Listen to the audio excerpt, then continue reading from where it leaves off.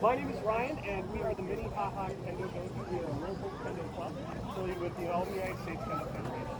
Today, we're going to be doing a demonstration to talk about the history of Kendo, what's it about, and also what we do.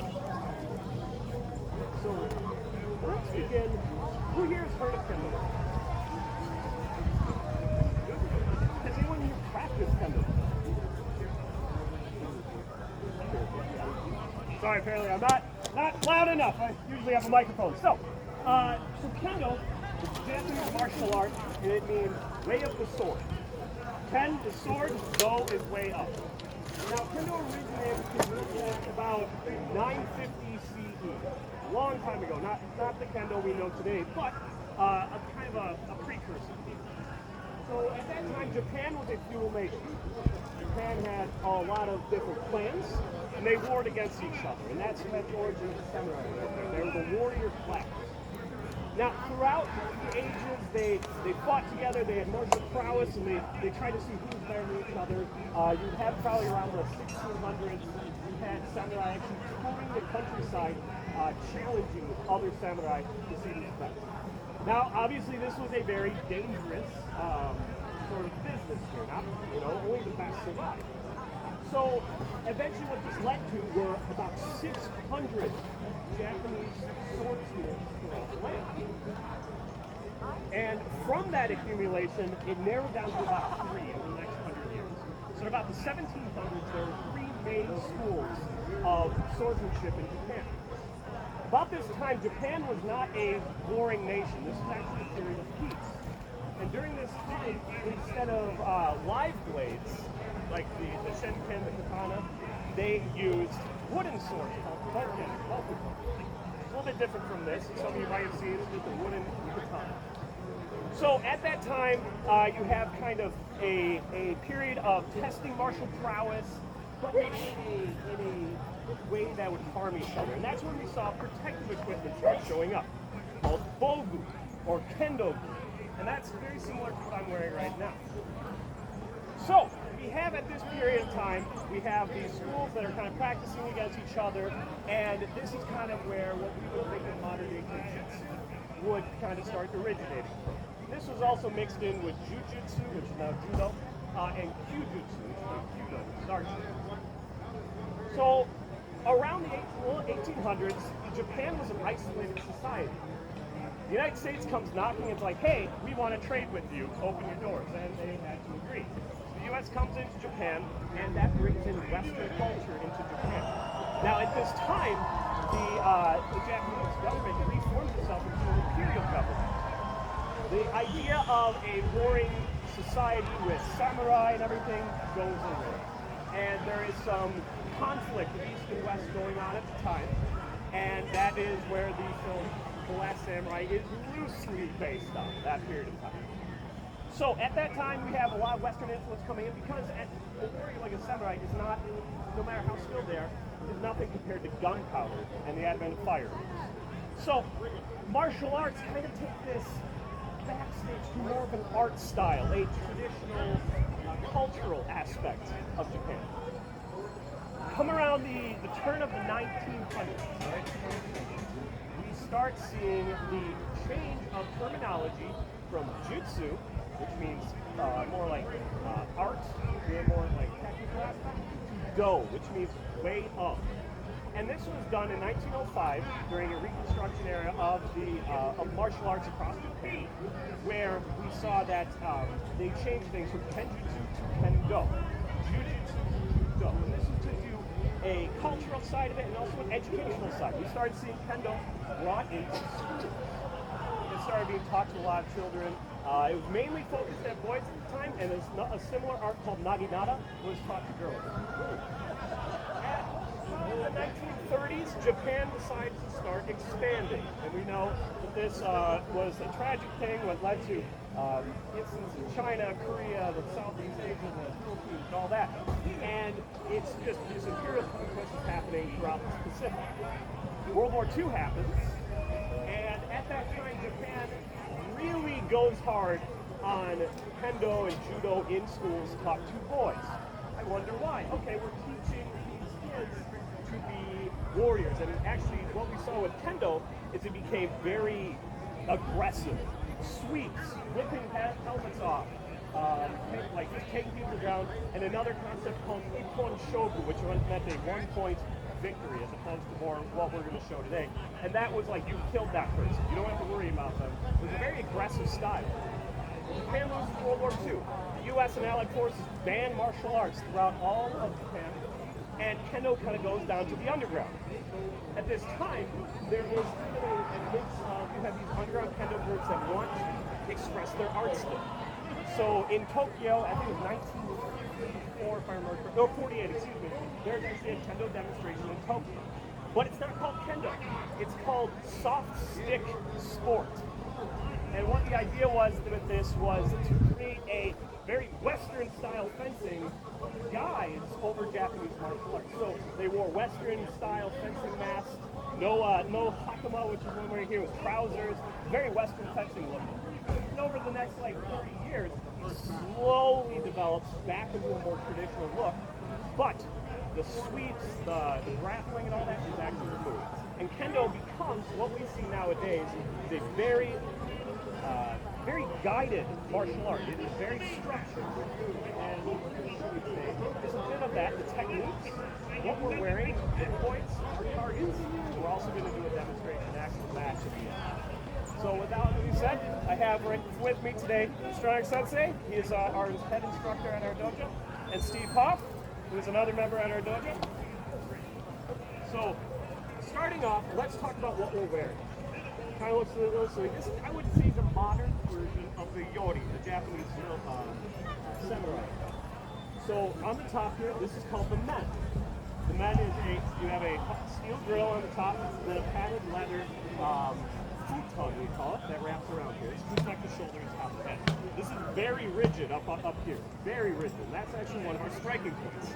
You can see how it's actually pretty faded along there, because that's where we hit. Another strike is the kote. So the kote is the wrist, and this is the section we hit right here. When the arms are down, it's the right wrist. When the arms are up, it's the left wrist, and if you can, hit the right. We also have the do. The do is the center, the trunk section here. And the strikes are to the sides of the do here. The tare, which is piece here, is more just for hip and groin protection. That's not a target. We don't like that to be a target. Moving on up, one more spot here, it's called the tsuki, and that is the throat guard. There's actually a steel plate inside of there, because the strike is thrust to the throat, as well as to the throat. So, the names of the targets, or the names of the pieces of armor, are also the names of what we say when we strike. Now, one thing about Kendo is we actually shout our target while we're hitting it. You might be like, okay, why would you do that? Why would you basically say what you're going to be hitting? It's a concept called Kikentai. Three components of a strike that go together that give you a valid point. So if they were to line up against each other here, so big thing about Kendo is it always starts with a bow and ends with a bow. So they're going to bow to each other. Kendo is all about respect. They're going to approach in. You're going to go down. It's a very respectful way to start a match here. You're going to ride them. So, I think we'll do some of that, man. That'd be alright. Oh, sure. Yeah. So, those three elements. Ki Kentai. Ki is your spirit, your energy. So we're actually going to shout. We're going to yell. Man! Loud, aggressive. It kind of seems a little silly in the beginning, but it actually really channels your own inner energy, not like in a spiritual way, but you can actually feel it. You can kind of like, how would you say it? It gives you kind of adrenaline boost almost, would you say? It really helps push you forward. So he's going to yell, man, as he strikes the head target. Now, he's going to be focused on that head target there. Yeah, we got to watch this tree here, so I'm going to stand back. So he's going to be focused on the men. He comes in. Notice also it's body. So Kai is body. How is the body structured? Not going to be leaving that foot back. He's going to keep his body nice and tight, straight up as he strikes in. there's a couple different stances in Kendo. The main one is the middle stance called the Judan Kanai. Right? Most of the time when you see people practicing, they're holding their sword, the kanai, in this position. The left hand is always at the bottom. Doesn't matter whether you're right-handed or left-handed. And the left foot is back, and the right foot is forward. It doesn't really matter right hand, left hand. This is the standard kind of position.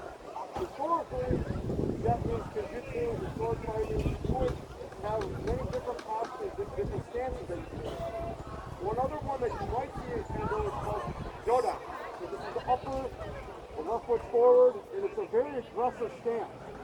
You're very open, you don't have a lot of defensive measures, and it's really just about coming down on that strike right away.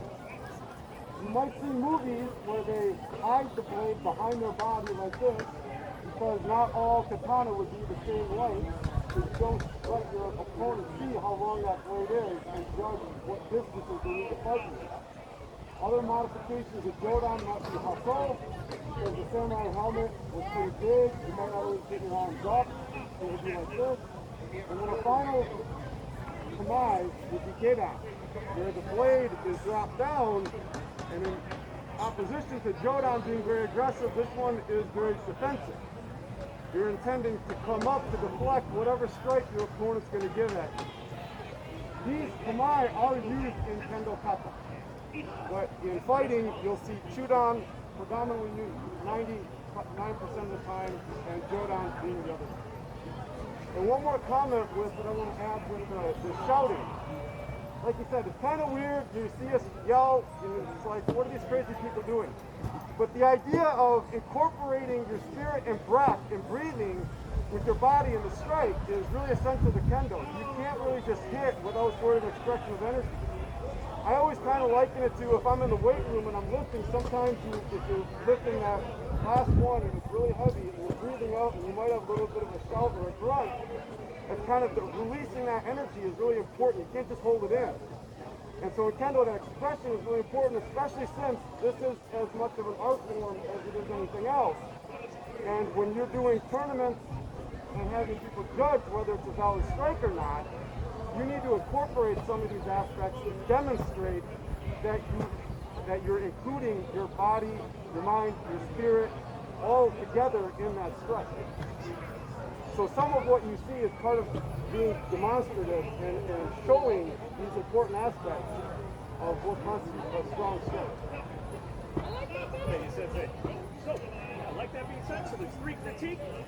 This is a ki-ai, but another part of ki-ai is not just when we target, but also to kind of get ourselves going. And we might just to get ourselves ready to go. So that's what he's doing. Now you might notice, he blasted right through him. That is, he's going through because we have a concept called Zanshin, where he might not be dead.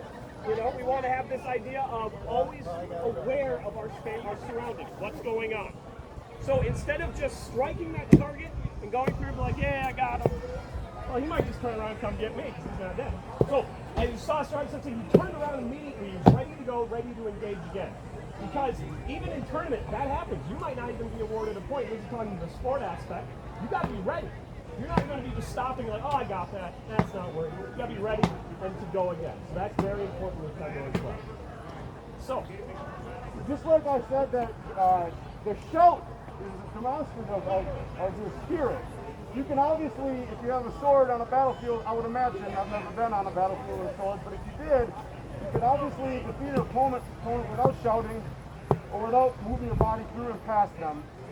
But again, this is an art as much as it's anything, so including that shout, including your body movement through the strike past the opponent, demonstrates that your body was in with the strike, that you didn't just kind of step in weakly, and that your shout shows that your spirit was a part of it as well. So there is a functional form, but there's also a performative part of it too, because this is an art form, and without it, how do you judge whether it's a valid strike? This isn't a real sword, and the person's not just going to admit it. So there has to be something that shows that you incorporated these principles.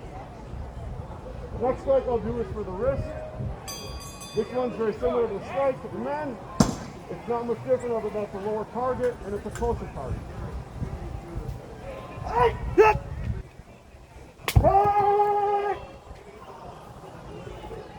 next one will be to the do. I can hit either side. Standard side is to hit this side, but we can hit this side as well. Come this way a little.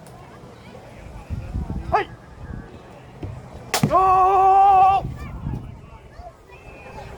And then skate. Hey! Hit! Skate! Skate! There we go. I don't always get the first one. Those are the four main targets. As you can see, man, hook, and do are slicing strikes. The only thrusting one is to the ski. To the mune, this used to be a target. It's no longer a valid target. So, you can see with those strikes, there's only a few. We're not going into like the knee, we're not going in, it's not about the trickery, it's not about so much the battle skill technique of a sword. But what Kendo is more about the principles of the mental state of the fighter. Kendo's term is to stay focused during your engagement, how to be engaged with your enemy, to be aware of what's going around you, and keep that energy going through. So even though there's only four real targets, technically six, but really four basic targets, that complicates it a lot because that's all you have to work with. So there are different techniques to get around them, to play with your opponent. It's a chess game between you two, getting tempo and everything. So we want to do a little bit more of an advanced technique, maybe like Yeah, we'll demonstrate a few waza technique. So again, the four strikes, it seems kind of simple, but there's a number of different things you can do with that. I'll start out with demonstrating a few what are called ojiwaza. Ojiwaza are strikes where your opponent strikes you, and then you can do some kind of counter. So the first one, very simple one that I like to start out with is, he's going to hit kote, I'm going to do it's called tsureage, a sliding up motion and striking men. Very simple. The difference between just kind of hitting men and doing this technique is I got to catch his timing, I got to read his body language, and when he goes for that cut, yeah! Good fall. I'm going to deflect it in a sliding motion, but I'm going to kick my center and come right down on the head. Alright? Kote tsureage men. Hit! Hey! I don't have a tree in this. A very similar one would be kote kaishi men. So kaishi waza is to deflect on one side and then hit on the other. So if he comes down for kote, I might open up. This one's a little more safe for me because even if I do this, he might come around enough to hit it.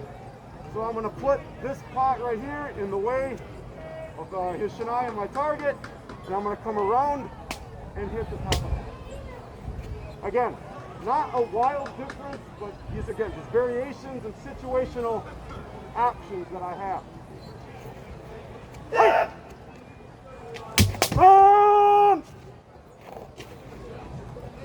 Let's do kaishido. Man kaishido. He's going to come for my man.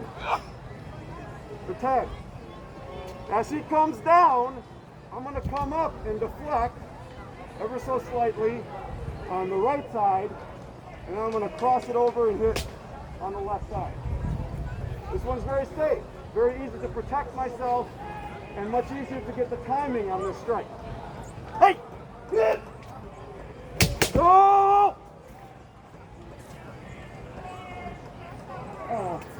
Those are some basic strikes. There's a few more we could show, but they're all really variations. Deflections, making a miss, he might go for my kote, and I'll catch that timing and just lift up entirely, make a miss. All depends on the distance that I have to work with, the speed of my opponent, what it feels like is a good option for me. A big part of those techniques is, again, like that mental game. You might see them there just kind of, if you ever watch the brothers on, tournament, they're just sitting there. It doesn't look like as much as they are. And they're playing on each other, they're pulling, they're pushing, they're trying to bait in, they're trying to leave things open like, hey, come for my wrist, come for my head, come for my nose. So it's very much this game. So yeah, one of my old sensei always said, win, then hit. You're trying to be in control of the situation there. You're trying to, and then you'll see the ultimate when you go for it. Now, you also notice they are relatively, I would say simple, but very efficient techniques. The getting to that point. It's not about big movements. You're not going to see like twirls and spins and stuff because it's about getting to that point. The quickest point between two points is a line, right?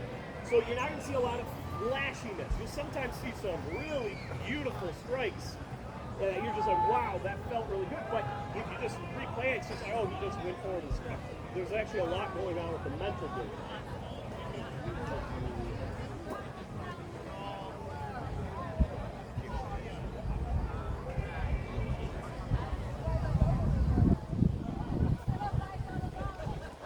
So, yeah, sorry. Oh, perfect. You want to do 30 seconds and 2 down, or you want to go down? Sorry, this is our first time doing this, so we're still working out the kinks here. Okay, so what we're going to do is something called Jigeko. Jigeko is a practice match. There's not a set amount of points. It's about working on your techniques that you practice throughout the day. It's not a tournament mindset where you're trying to win. You're really trying to do good kendo. And what good kendo is adhering kind of to those techniques, not trying to be too cheeky with it, or sometimes a little cheeky. And we're going to do 30-second bouts with Chudangamai, which is that middle. And actually, Steve is going to switch over to what he does, Yodangamai, high guard. So, notice kind of like notice that play. See if you can pick up on baiting and pulling, kind of trying to see how they're playing off each other there when we do this, all right? Alright, don't want to get hit. Tuck down here. Yeah, it's also going to be very linear. Normally we're actually in a pretty big open area and you're kind of going around, very circular. But we're going to have to kind of keep this kind of linear here, just for practical reasons. Begin. Fight for that center line though. That's a huge component. When you control center, you control the engagement.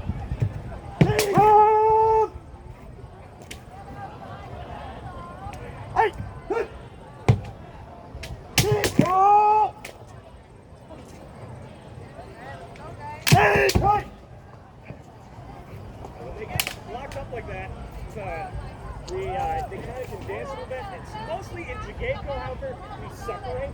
In tournaments, you'll be sitting there just locked up, and you can fight out of that. But in Jigeko, you don't do that as much.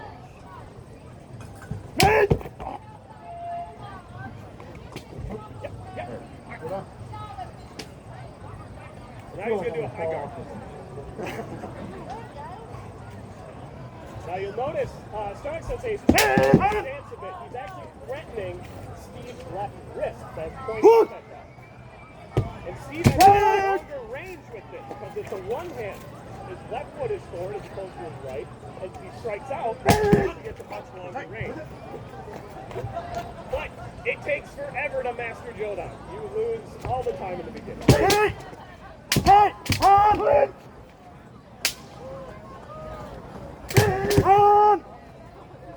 We'll be pruning the tree, yes.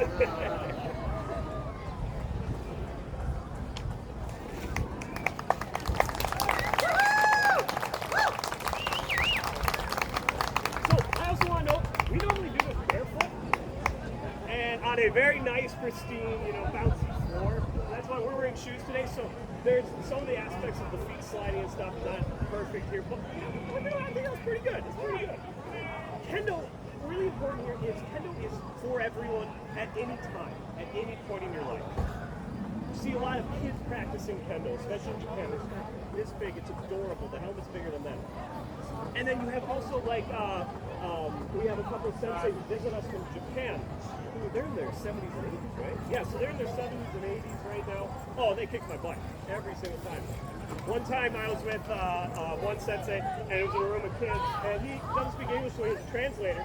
He comes on up and he looks at me and goes, "Got this," because he sees my alphabet here. And I come up, and I bow and everything, and his translator says to me, "Don't get hit." So I sit there, and all of a sudden, boom, and he is behind me. And all the kids are laughing, and he says something in Japanese, and I just said, "What's going on?" I don't know. And his translator goes, "I'm so sorry, I didn't realize." He said, "Don't get hit." So, it was a humbling experience right there. But again, Kendo's for all ages, at all times, for all people. Kendo puts everyone plays practices with everyone. You might notice like other martial arts, they wear belts and everything, or donate blade. You don't do that. Everyone wears the same thing. Your Kendo skill is expressed through how you portray your Kendo. Through your mannerisms. It's about respect, it's about following, it's about learning with each other, challenging each other. It makes lining up really challenging at events, but we figured we'd work that out. But we don't donate rank at all. We do have rank. We do test for rank. And we don't show it on the outside. So Kendo really is welcoming for all. Yeah, we have a whole range at the dojo. All walks of life. So it's a wonderful, wonderful experience. It's about bettering yourself. It's about disciplining your mind. It's about committing to something. And it really, really helps build yourself. I started Kendo, I think, 12 years ago. How long for you? 21 years? Yep. 13 years ago. And That's it's... the age of 40. Yeah. It's never too late. Seriously, it's not. Yeah, we welcome you guys. Thank you so much for taking the time. Yeah, I was going to say, for me, I turned 40 this year. So as I get older, I'm appreciating Kendo in terms of what it does for me with giving me something to focus on that keeps me physically active and healthy. And I feel the best all day long. And I like working out in the gym, but it just doesn't do it. So having a martial art, whatever it is, for me it's Kendo. I feel like martial art gives you a real sense of focus and discipline, and that exercise is critical.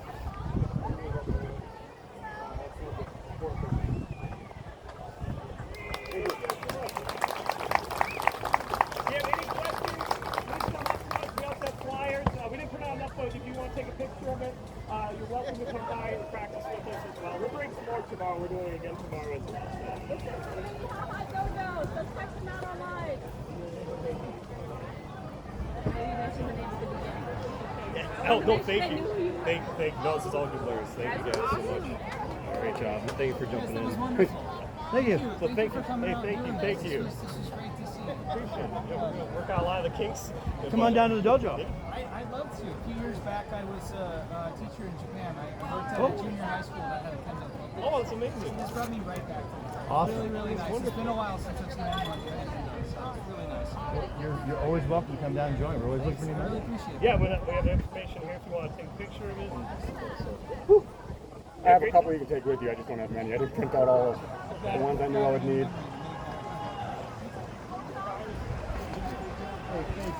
So you just hang out here then? I guess. Is there something else going on here? I have money to cry. Hey, Steve. It's intense. Oh, hey! Very intense. How you doing? Not too bad, yourself? Oh, Yeah. what's his name? Cameron. Cameron. Oh, Cameron. That's the foundation of your feet. That's your upper body. Hi, Cameron. You a proud grandpa? I got my grandpa shirt on. How you doing? Steve Hoff, I work with you. Yeah. Husband? No. Oh, you're the mom. Oh. Yeah, that's my daughter. Well, he's awfully young. Baby face. When I shoot the top, yeah. So that's Travis, the guy we were playing with. I feel you there. Oh, we're playing together? Yeah, he's the guy that spews obscenities every time he gets killed. Oh, really? I get into it. Cool. Cool. Okay. Kind of roll your butt up. Yeah, that's awesome. Support yourself. And it forces you. Good job. Kind of warm in that, huh? You're just curious. It's a little warm in this, yeah. Yeah? That's a little heavy, you know. It's perfect for this commitment. Yeah, right? Gee, bring more of that. Yeah, we normally don't practice in company. Yeah, no, it's weird. It was really strange doing Being able to watching the stage, wobble. Oh, was it? Oh yeah. Oh yeah. Absolutely. I was afraid I was going to walk off of it. That's what I was concerned about. Like a couple times when I went to go, I just stopped immediately because like. How old is that, Cameron? Yeah. I know I saw once someone, there's an practice Kendo that they rolled up It's no fun. newspaper and magazine. And